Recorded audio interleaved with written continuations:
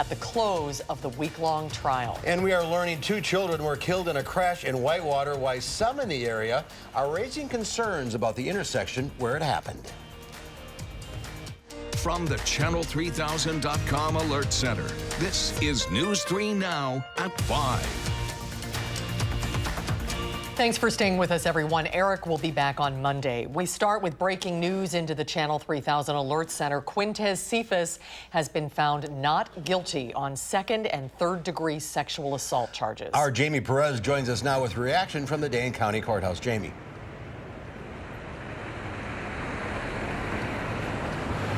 Well, you know, it didn't even take an hour for the jury to deliberate and ultimately make their decision. We're actually going to play that moment that a verdict was reached. We, the jury, find the defendant Quintez Cephas not guilty of 3rd-degree sexual assault as charged in the first count of the information. We, the jury, find the defendant Quintez Cephas not guilty of 2nd-degree sexual assault. And Cephas actually took the stand today to testify. Once a verdict was reached, his whole family and everyone who was here supporting him rejoiced in the halls. We got a moment to catch up with him, asking him what this moment means. I'm happy. I've had a lot of people here supporting me and my family, and I've learned a lot through this situation. And I know it sounds crazy, but I think you grow through what you go through, and I've been able to grow a lot.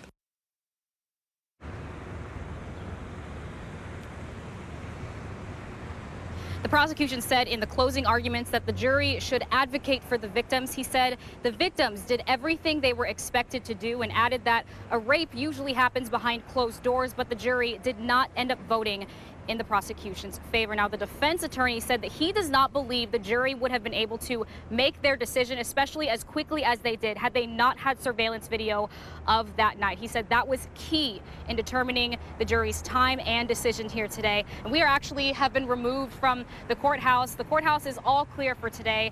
His family was rejoicing in the hall for just minutes after that verdict was reached, but you can see that courthouse is now clear. So I'll have more reaction for you coming up tonight at 6. Jamie Perez reporting live from downtown. Thank you.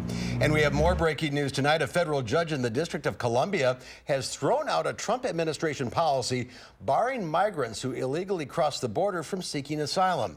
The administration's policy, signed last November, aimed to temporarily bar those migrants from seeking asylum outside official ports of entry. A CNN Supreme Court analyst says today's decision is a big deal because the policy is likely to be wiped off the books.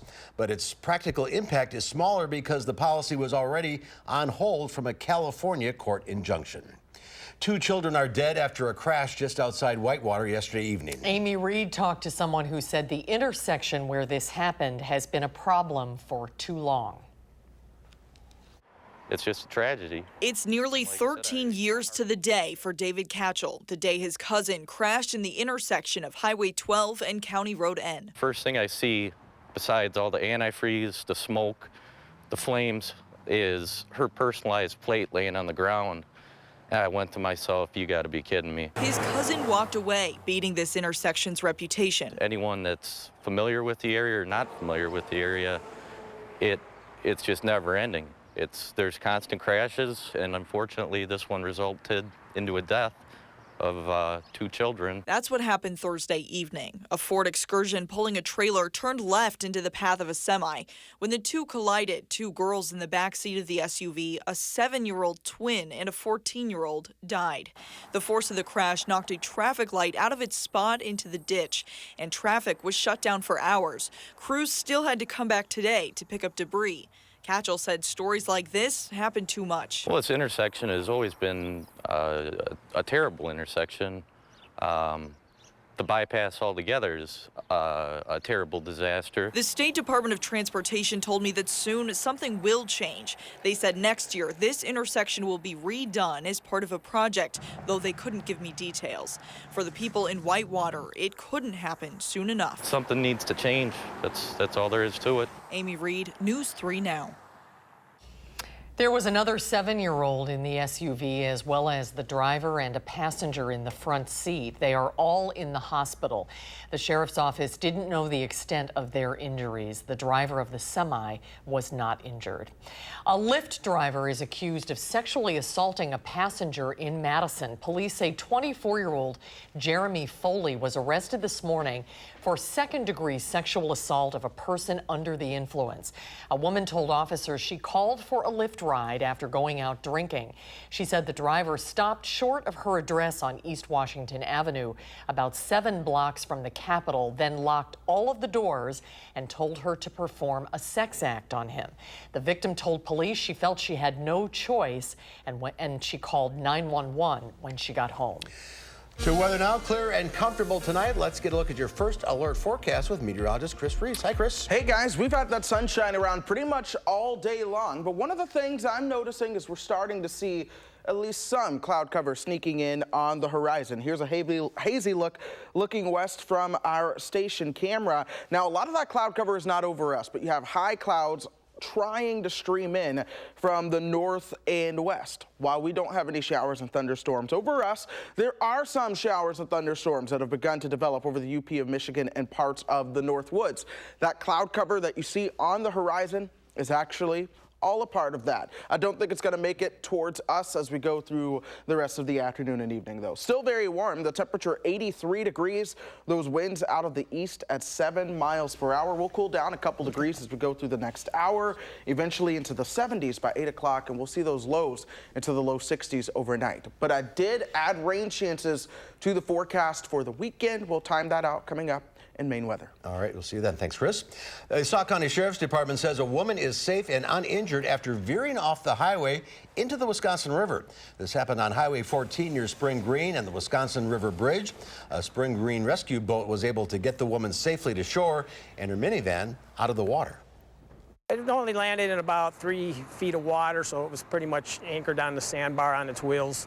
There wasn't really any water coming into the vehicle other than maybe through the running boards at the bottom. There were no passengers in the car. The driver was charged with inattentive driving. Officials say either something was distracting her from the road or else she may have fallen asleep. Governor Tony Evers is crediting the reinsurance program adopted by former Governor Scott Walker for leading to lower health insurance rates in 2020. Today, Evers announced that rate will decrease an average of 3.2% thanks to the program that took effect this year. Without it, rates on the private insurance marketplace were projected to increase by 9%. The Wisconsin Department of Health Services is reporting 11 cases of teenagers and young adults being hospitalized with a severe lung infection linked to vaping. Those confirmed cases happened in 6 different southeastern Wisconsin counties, including Walworth and Dodge. The department is urging Wisconsinites to stop vaping, with 7 other cases under further investigation.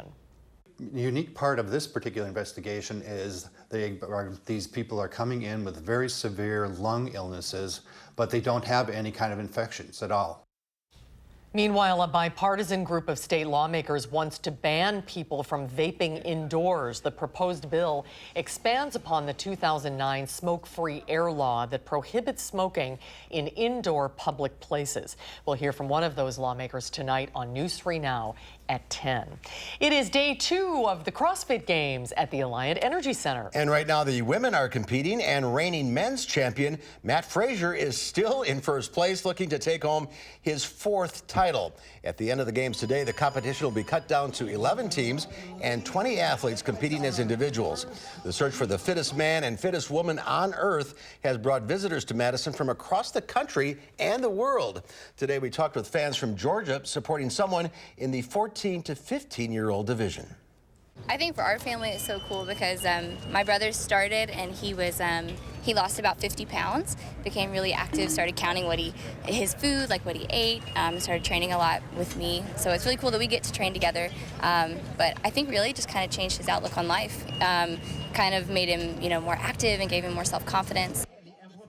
The competition wraps up on Sunday. It's expected to generate $7.2 million in direct spending money on things like gas, food, and lodging in the area. How do they do that? I don't know. And Matt Frazier, that guy's a machine. That's incredible. He could make history if it's his fourth one.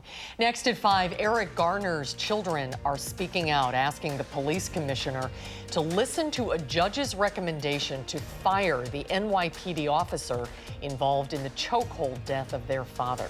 And there's more local news ahead. A college student from Verona is severely injured during a rock climbing trip to Colorado. Hear from her father, only on News 3 Now at 6. And on Wall Street, the Dow Industrials fell 98 points. The NASDAQ was off 107. The S&P 500 ended the week down 21. We'll be right back.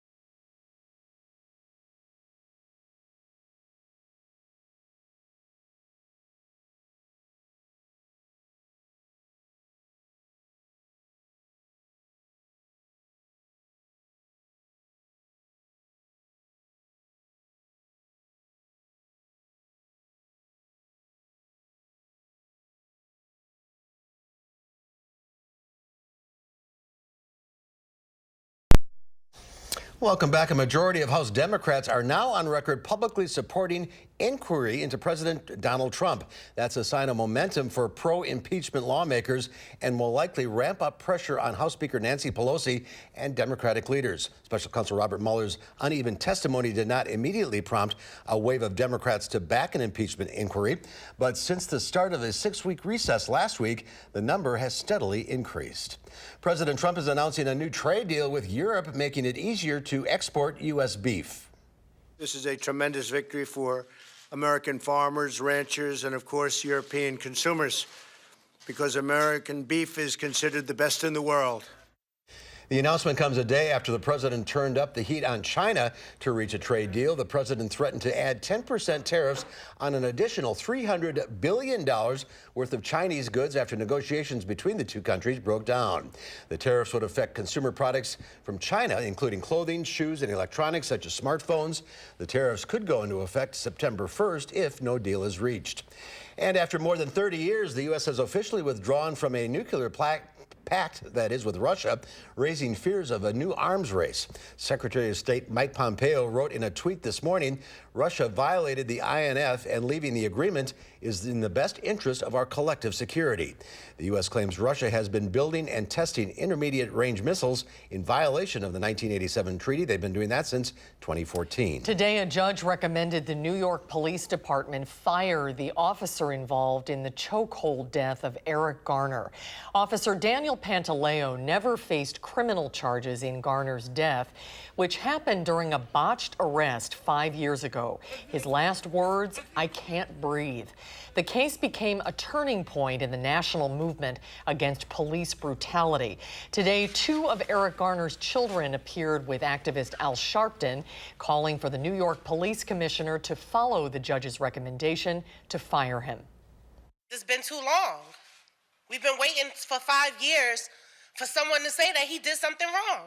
To say a police officer effectively doing their job is reckless will freeze this police department. The head of the police union called it a sad day for the NYPD. The NYPD has suspended Pantaleo while the police commissioner makes a decision by the end of the month on whether to fire him.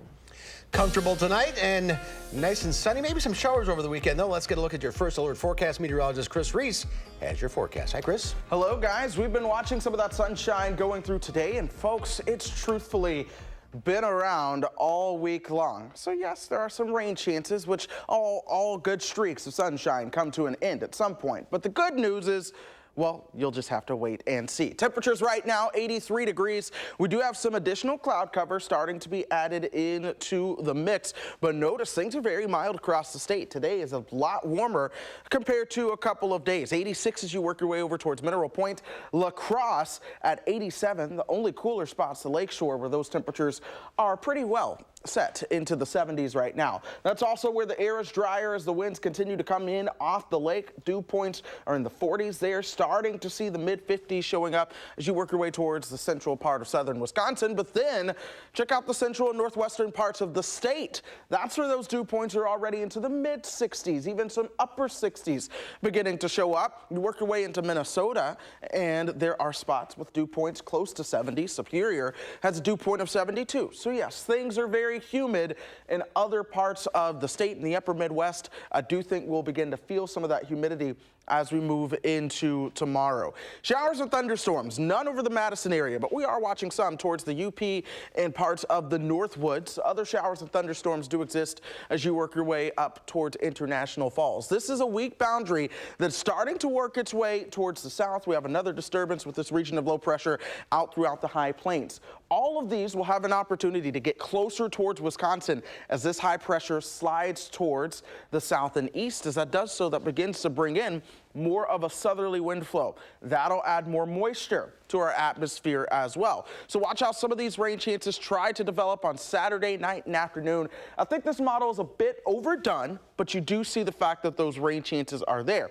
It also tries to show something similar happening in towards Sunday, further towards the west. Again, I think that is a bit overdone as well. The better rain chances will likely come Monday night and then into Tuesday. But as we take you hour by hour, folks, here's how things are going to play out. We're going to cool down into the low 70s by 10 o'clock and then eventually fall into the low 60s. And then tomorrow afternoon, here we are. Notice some showers and thunderstorms begin to develop. Those will be more so towards the eastern half of the state. This will be influenced by the lake breeze running into those winds out of the west. That'll cause some rising air.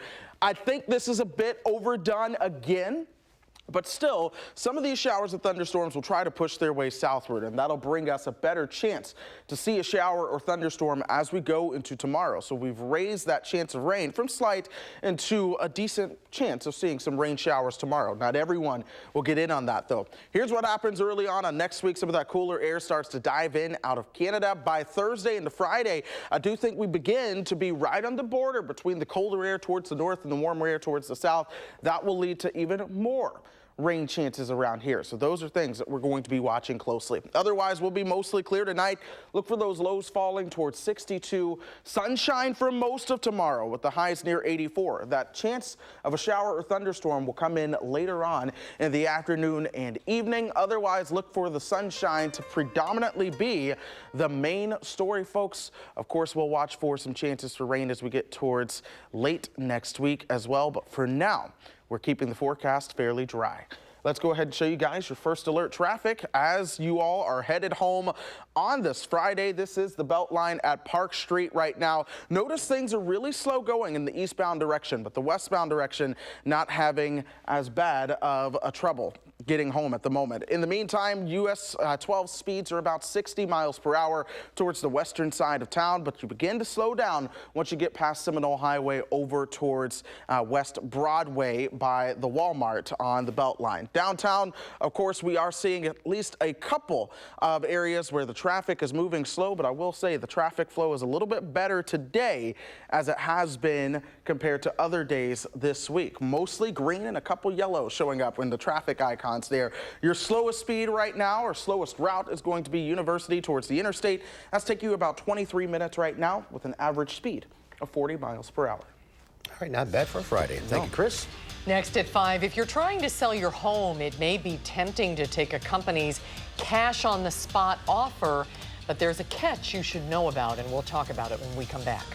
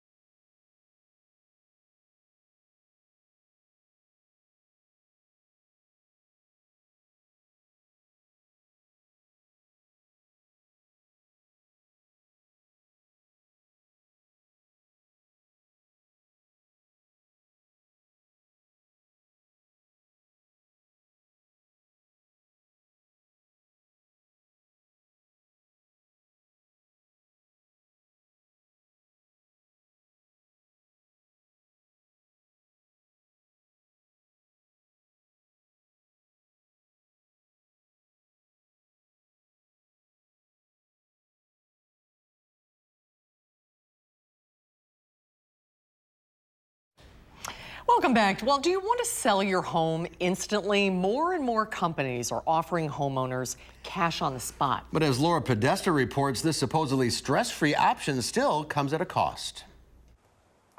Recently retired and widowed, Linda Fraley wanted to sell her home fast. I needed to downsize. This home was great for family gatherings and when we had a lot of people, but then it became just kind of me.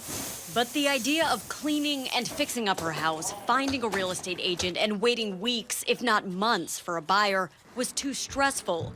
She turned to the real estate website Zillow, which offered to purchase her home directly for cash. I thought, I have nothing to lose. Zillow, Redfin, and Opendoor are just some of the companies buying up homes in more than a dozen U.S. cities. Is Redfin now the Uber of real estate? You could look at it that way. Glenn Kelman is the CEO of Redfin. He acknowledges convenience comes at a cost, and offers are often below market value. Whether it's from Zillow or Redfin now, when we make an instant offer, we charge a premium for that service. The National Association of Realtors says that premium may be too costly for sellers. They would lose out on the price because the business model for direct purchase is they are buying it on the cheap. So it could be 10% below market price, some cases 15%. Linda says she's happy with the process and the ability to move on so quickly. I'm so relieved. I'm so happy. Zillow is now fixing up her old house and preparing to resell it for more money. Laura Podesta, CBS News, New York. Apple has temporarily stopped a practice that allowed workers to listen to user commands given to voice assistant Siri. The tech giant employs people that listen to less than 1% of Siri commands in order to improve the program.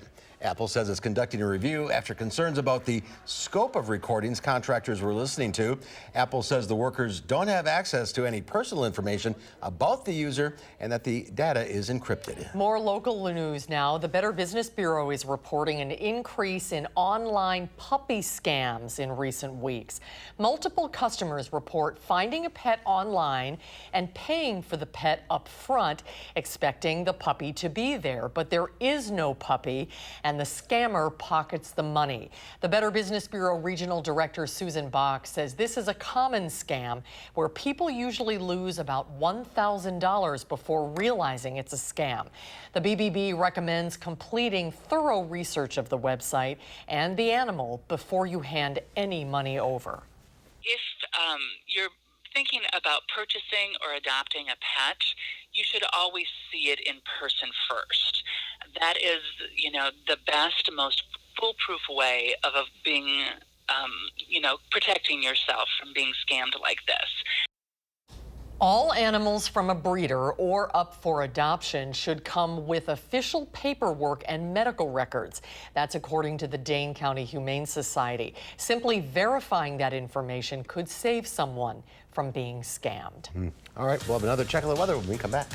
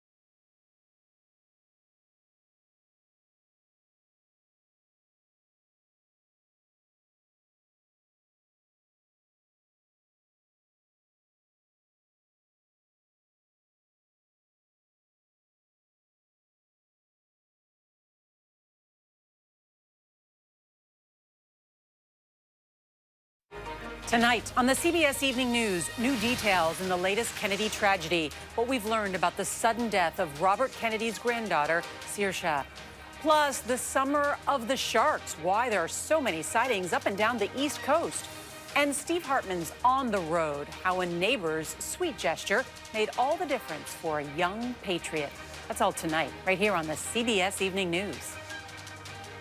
A warm evening, but not bad. Yeah, temperatures are in the 80s right now. Get that. But overnight tonight, once we get rid of the sunshine, those temperatures fall pretty quickly. So we're going to cool down towards 62 degrees, remaining mostly clear and comfortable. More sunshine at least early on Saturday, but we'll see a chance of some showers and thunderstorms late Saturday afternoon. Look at next week. Wow. I know. Hey, thanks for your help this week. You're welcome. We'll see you back here at 6.